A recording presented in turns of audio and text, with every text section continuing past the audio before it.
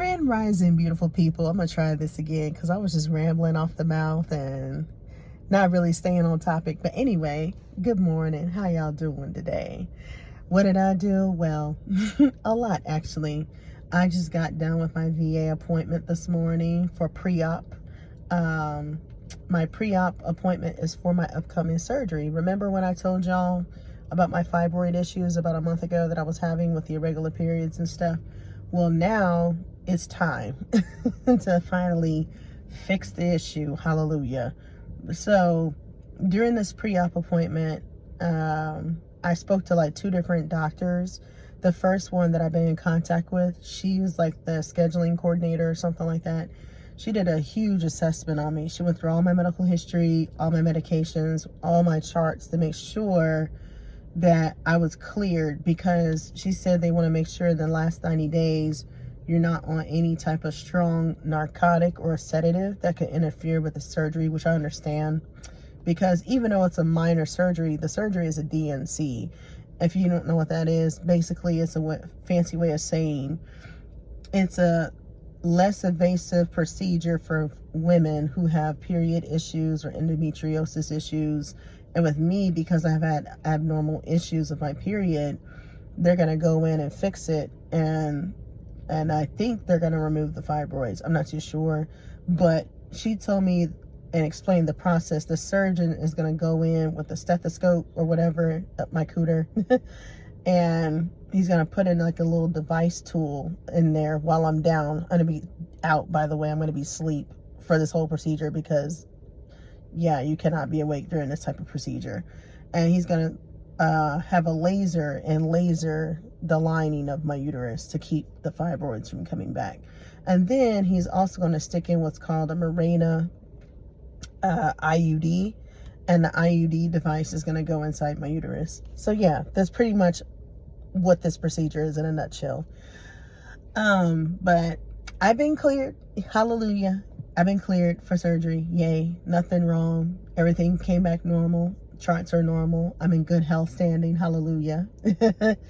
I even lost weight, by the way. I don't know if I told y'all, but the last time my big back ass came up to the VA, that scale said 300. Now I'm down to 293. I'm kind of happy, and I haven't been to the gym. That's the crazy part. I think it's because I've been so active lately doing this DoorDash adventure around the city. I think that's what's been helping me. And I've been kind of mindful of my eating and stuff. I've been trying to do more clean eating, you know, trying to make sure that I'm okay as far as the surgery standards and stuff. But the main thing is that she told me that I shouldn't have much to worry about. Just know that after surgery, I can wash myself, but no baths. I can do showers and stuff.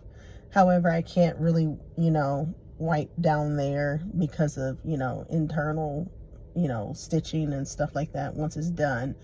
But she did tell me that I'm going to have probably a funny smell, not to worry about it. She says kind of like a bacteria vaginosis type stuff. And I was just like, ew.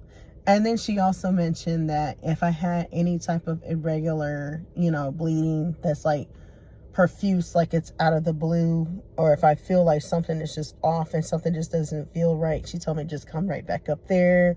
They'll check it or whatever, or go to the ER and they'll check it.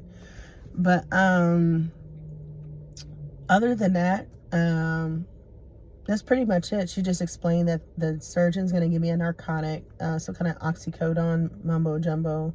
But she said they normally only give you like a small dosage, just like 2 or 3 pills, which isn't bad.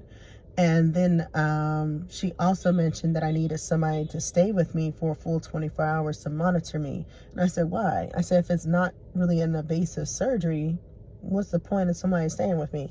And she said, well, we want to make sure that you're okay when you get home, because once you're on this sedative, we want to make sure, you don't have an accidental overdose, which we don't think you will. But as a precaution, we recommend somebody stay with you. And I said, okay, I'll tell my homegirl, make sure she knows. So I told my homegirl, texted her earlier. She said, okay, she'll stay with me. So I got that part down packed. I thank God I know somebody out here, because I would cry if I didn't know nobody out here, for real. So she's going to pick me up. My surgery is scheduled in May, I believe on the 21st or something like that. And she basically told me that I need to be there, I think early in the morning. I want to say like around 8 o'clock in the morning. But the actual procedure doesn't take place until 10, which is cool. So that'll give me time to like get situated and get her situated with coming down here. Because she doesn't live over here. She lives like 2 hours away in a little country old town. So I wanted to make sure it wasn't super crazy early. So that way she had time to, you know, pack her stuff and get over here so she can take me to the hospital and stuff. But yeah, everything's okay. When I had my pre-anesthesia appointment with the anesthesia person, I was just like, what's the point of this? I was just confused. She was like, oh, we got to do labs, make sure your labs come back okay before we move forward. And as long as everything is okay, then we'll continue, whatever, blah, blah, blah. I was like, okay, whatever. And then she went through my chart. She said the same thing. She said everything looks clear. And she told me that when they put you under, it's not like, oh, it's a couple of, you know, minutes, like 20, 30 minutes when they put you, you know, the gas mask and gas you like the dentist. She explained that they're going to put a tube down my throat. I was like, oh. She's like, yeah, you're going to be like in a deep sleep, like a deep coma sleep. Like you're not going to be like, you know. So that's why we have this appointment to explain to you like how the procedure is done, what to avoid before procedure and all that good stuff. And I was like, okay, that's cool. So yeah, I had a very, very knowledgeable and informative pre-op appointment. I had a lot of information thrown at me from 2 different doctors. Half of it I don't remember. But I got a lovely folder of goodies that they gave me. The main thing is she told me also 8 hours before surgery not to eat anything. She said they want to make sure I have an empty stomach the night before I actually come the next morning for surgery. She said only drink water or Gatorade. She said no dairy, because she said if they find any hint of dairy, they're not going to proceed. I think she said dairy interferes or something with your intestines. So long story short, I got everything done that I needed to get done. So I'm cleared for surgery. Yay. Kind of nervous, not gonna lie. I've never done a procedure like this ever in my life. And it kind of makes me feel a little, but I'm kind of grateful that it's something that can actually alleviate my, you know, period issues and stuff. Because they told me the last resort is a full hysterectomy, which I was not planning to do.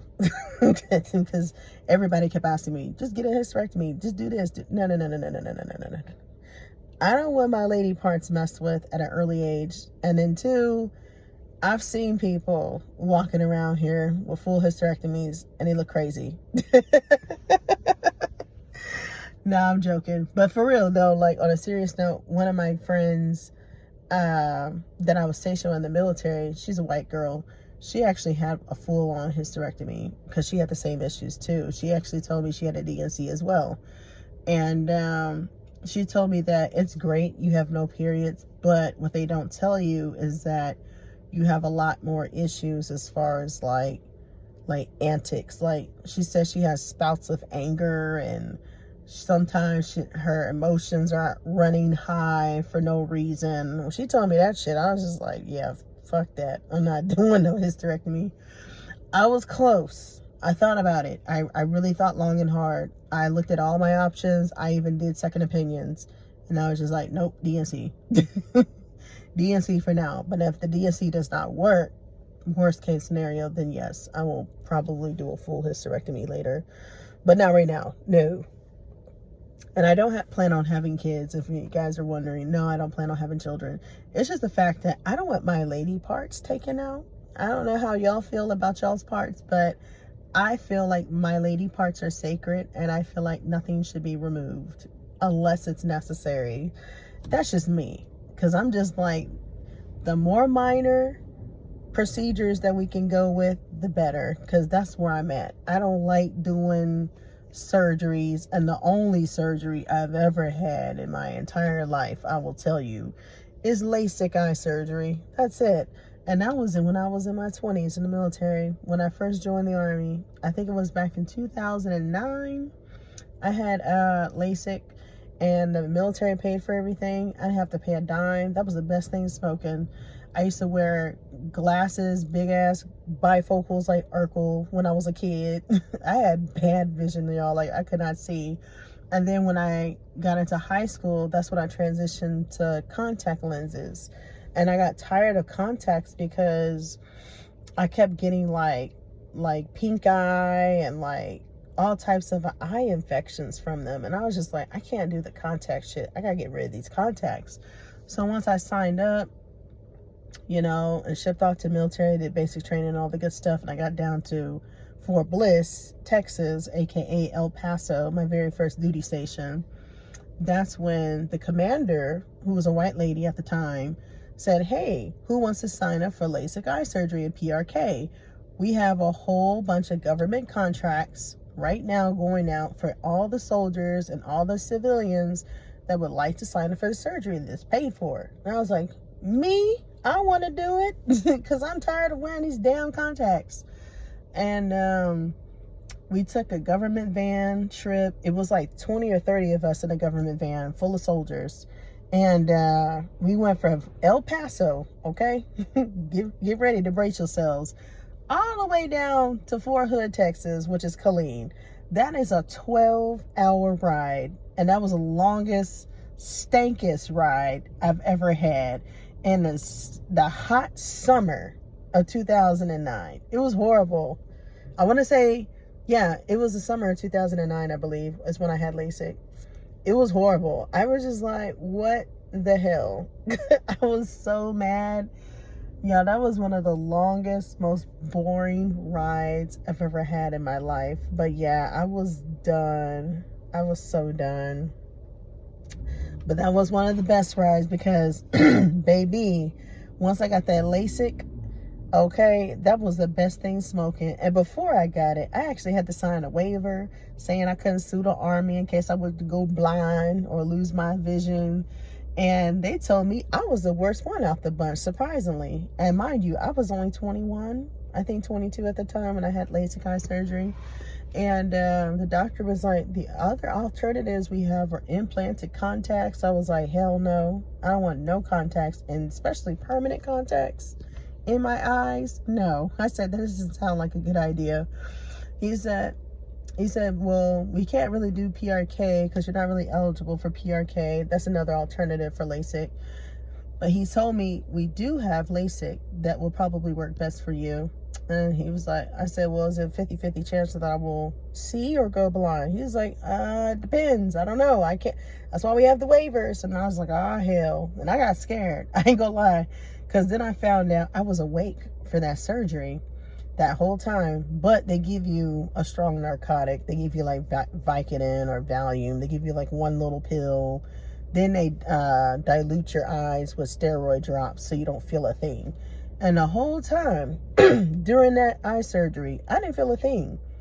However, what they don't tell you, you feel the water pressure from the machine that's holding your eyeball with the laser, you know, going around your eye, burning the crap out of your eyeball and fixing and correcting your vision. And then also don't tell you the part where you can actually smell it. I could smell the laser burning my eye. It was sick. I damn near gagged.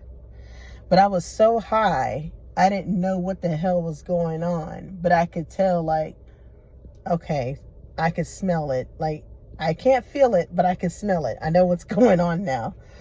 But yeah, it was a mess. And I want to say that procedure back then in the late 2000s, it took about, I'd say about 20-30 minutes per eye. It took about at least a good hour, to like 2 hours for that procedure. And once they were done, they told me to wear these sunglasses for like the next 30 days. Gave me like a little profile. Profile is a fancy way of saying like you have physical limitations in the military. You can't run, you can't walk, you can't jump, you can't do nothing too strenuous, especially if you have like a procedure or whatever. That's a physical profile. So anyway, we stayed in this little raggedy old Days Inn hotel. I'll never forget, in the middle of nowhere, Fort Hood. And I looked in the mirror when I was about to take my shower, and I wanted to see what my eyes looked like after the procedure. Why did I do that? I don't know. But when I turned that light on, I damn near screamed at myself because I saw a million little red X's in both my eyeballs from the laser. And I was like, oh, this is creepy. What the fuck? But anyway, it was kind of blurry. I couldn't really see as much the first, day when I got done from the hospital. And shout out to Carl Darnell Army Medical Center, because that's where I got my LASIK eye surgery done at in the 2000s. Carl Darnell Army Medical Center is one of the best Army hospitals you can go to for any type of surgery. They're like one of the top in the world. I would highly recommend them specifically for any type of surgery, because when I say they do everybody goes to Carl Darnell. Seriously, that's a really good hospital. Now, I ain't gonna lie, I was afraid of that surgeon. That surgeon that did the LASIK at the time, he was young. He was about, I want to say, in his mid-30s. Like, he's fresh out of medical school. And I was looking at him like, okay, this dude is a captain. He ain't been in the Army that long. He probably been in here about like 5 good to 10 years, because it don't take long to make captain in the Army. And I asked him, sir, if you don't mind me asking, how long have you been practicing? Because you look a little young here. I'm looking for that old Colonel Sanders, person, but I didn't tell him that. And he was just like, oh, I've been at Carl Darnell for about, 3 or 4 good years. I said, how many patients have you done successfully, though? That's my question.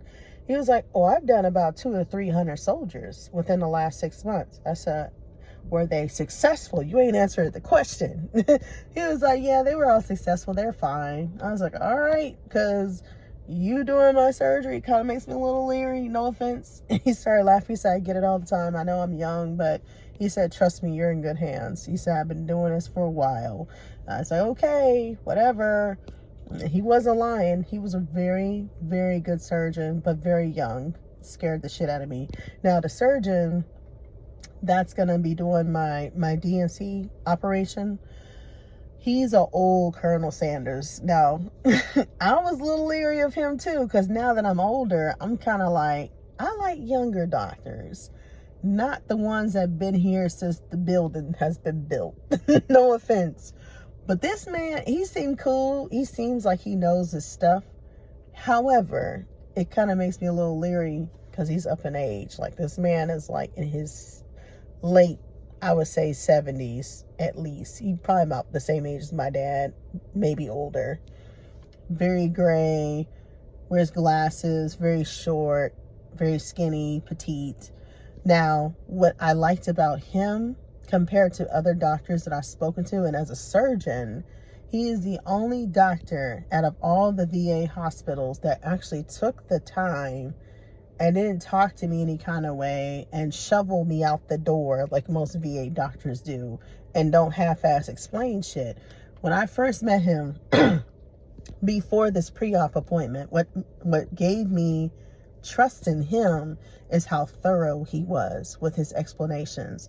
When he explained 3 different procedures that he recommended, he wrote them down for me on a sticky note and gave it to me. Told me to look it up on my own and do my own research, and told me the best option for me was the DNC. I said, okay, now that you thoroughly explained everything to me about the risk and all that good stuff, I said, I trust you. Because he also told me that he's been practicing for 30 plus years.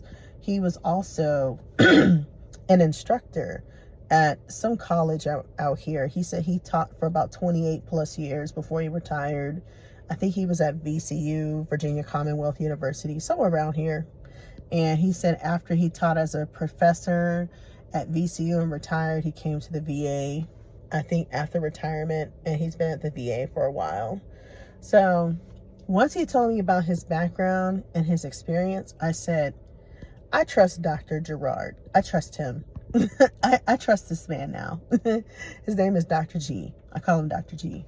But yeah, I ain't gonna lie. I was a little leery at first because I was just like, I don't know how long, he's been doing this. I mean, because some people, you kind of look at them side eyes and you're like, are they with the times, or are they still stuck in, in their old ways? I don't know. But he gave me enough confidence to sign a consent form for this surgery because, like I said, had he not been so thorough with me and explained every little thing, every little procedure option, every risk in the world, and even showed me the exam when they did my ultrasound with the fibroids, and it showed me, here's this fibroid, here's this fibroid, and here's this fibroid, here's your issue, da-da-da-da-da-da-da-da. That was the most thorough doctor, I swear to God, that I've ever talked to. Because all the VA doctors in Texas, they ain't gonna do that shit. I'm gonna tell you that right now. Not the ones in Dallas, at least. The ones in Dallas were not thorough. They would literally shovel you in there. Half of them are rude as hell. They don't want to be there. So they'd be like, okay, we're gonna do this, we're gonna do that. Here's a pamphlet, read all about it. That's the doctors in Texas. Majority of them, not all of them. But the ones that I experienced in Dallas, yeah, no, they were not as thorough as the ones here.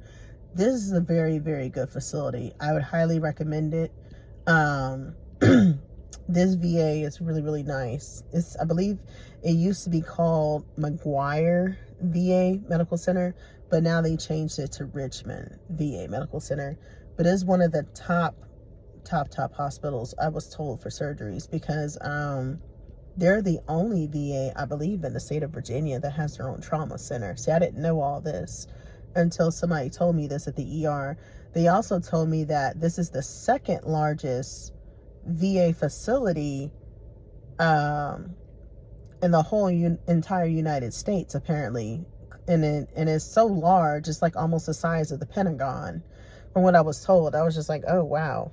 See, I didn't know all these lovely facts until the ER people had told me when I first had these issues. But anyway, long story short, I'm halfway through and I'm just counting on my days to surgery day. And that's pretty much all for now.